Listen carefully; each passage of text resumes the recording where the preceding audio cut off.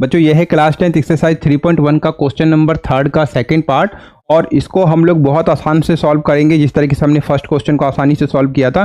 तो क्वेश्चन क्या है कि ऑन कंपेयरिंग द रेशियो, तो इस रेशियो को आपको क्या करना है, कंपेयर करना है और आपको फाइंड आउट करना है। क्या फाइंड आउट करना है कि whether the following pair of linear equation, ये जो पेयर ऑफ लीनियर इक्वेशन दिया है ये कंसिस्टेंट है कि इनकंसिस्टेंट है। और कंसिस्टेंट और इनकंसिस्टेंट को मैंने फर्स्ट वीडियो में बताया था, और यहाँ पर मैंने लिखा हुआ है कि फर्स्ट केस कंसिस्टेंट का है, सेकंड केस इनकंसिस्टेंट का होता है और थर्ड कंसिस्टेंट का। तो फर्स्ट और थर्ड कंसिस्टेंट के हैं, बाकी ये सेकंड इनकंसिस्टेंट के हैं। तो इसमें चेक करना है कि कौन सा सिस्टम आपको देखने को मिलता है। तो इसके लिए क्या करें, तो सबसे पहले हम इक्वेशन को नोट करेंगे। तो 2x - 3y इक्वल टू क्या होगा 8, और इसको हम कहेंगे इक्वेशन नंबर फर्स्ट। एंड करके आपको सेकंड इक्वेशन को लिख देना है, तो ये आपका 4x - 6y इक्वल टू 9, और ये आपका इक्वेशन नंबर सेकंड। और इसके बाद आपको यहाँ पर लिखना है हेयर, और हेयर करके आपको a1 b1 c1 को पहले फाइंड आउट करना है, फिर a2 b2 c2 को फाइंड आउट करेंगे। तो आपको लिखना है a1, तो a1 क्या होगा बच्चों, तो ये a1 है, ये आपका b1 और ये आपका c1। तो फर्स्ट इक्वेशन से a1 b1 c1 आएगा, सेकंड इक्वेशन से a2 b2 और c2 आएगा। तो a1 क्या है, तो a1 है ये आपका 2,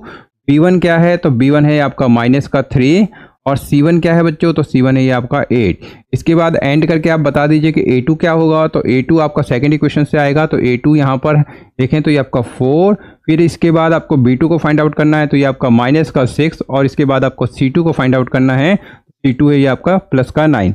इसके बाद आपको क्या करना है, देयरफॉर लिखना है और फाइंड आउट करना है a1/a2, क्योंकि a1/a2 b1/b2 और c1/c2 का रेशियो को ही आपको क्या करना है, कंपेयर करना है। तो इसके लिए आपको इसको फाइंड आउट करना होगा। तो a1/a2 किसके इक्वल होगा, तो a1 है आपका 2, a2 है आपका 4, तो रेशियो क्या हो जाएगा 2/4, कैंसिल कर दीजिए तो ये आपका 1/2 हो जाएगा। इसी तरीके से b1/b2 को देखेंगे, b1/b2 क्या है, तो ये आपका -3, b1 -3 है, b2 आपका -6, तो यहाँ पर -6 माइनस कैंसिल, 3 1 और ये आपका 3 2। तो इस तरीके से कैंसिल करके ये आपका 1/2।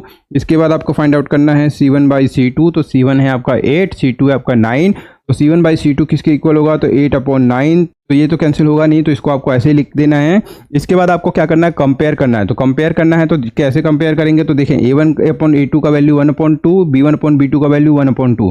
तो ये दोनों इक्वल वैल्यू आ रहा है बच्चों, लेकिन ये इक्वल नहीं आ रहा है। तो आपको क्या दिखाई दे रहा है, तो आपको दिखाई दे रहा है बच्चों कि क्लियरली a1/a2 इक्वल आ रहा है b1/b2 के, और नहीं इक्वल आ रहा है ये किसके, तो c1/c2 के। तो इसके बाद आपको लिख देना है क्लियरली a1/a2 इक्वल आ रहा है b1/b2, नॉट इक्वल आ रहा है c1/c2। और ये कौन सा केस है, तो इन तीनों केसों में देखेंगे बच्चों, तो ये आप सेकंड केस को देखें तो यहाँ a1/a2 और b1/b2 दोनों इक्वल हैं, और नॉट इक्वल है c1/c2 जो कि यहाँ पर है बच्चों।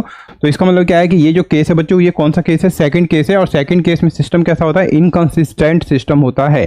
तो इसी को आपको यहाँ पर लिख देना है, given pair of equation are inconsistent, और आपको यही बताना था कि ये कंसिस्टेंट है कि इनकंसिस्टेंट, और ये क्वेश्चन क्या होता है, सॉल्व हो जाता है। तो उम्मीद करता हूं बच्चों ये क्वेश्चन भी आपको अच्छे से समझ में आ गया होगा। अगर अच्छे से समझ में आ गया है तो वीडियो को लाइक करना है, फ्रेंड के साथ इस वीडियो को जरूर शेयर करना है, और चैनल पर नए हैं तो प्लीज चैनल को सब्सक्राइब कीजिए, क्योंकि एनसीईआरटी का आसान सॉल्यूशन इस चैनल पर आपको देखने को मिलते रहते हैं बच्चों। तो प्लीज चैनल को सब्सक्राइब कीजिए और चैनल से जुड़ जाइए, और इसी तरीके से मन लगा कर पढ़ते रहिए। तो मिलते हैं नेक्स्ट वीडियो में बच्चों। अपने वीडियो को वॉच किया इसके लिए आप सभी का बहुत बहुत धन्यवाद बच्चों।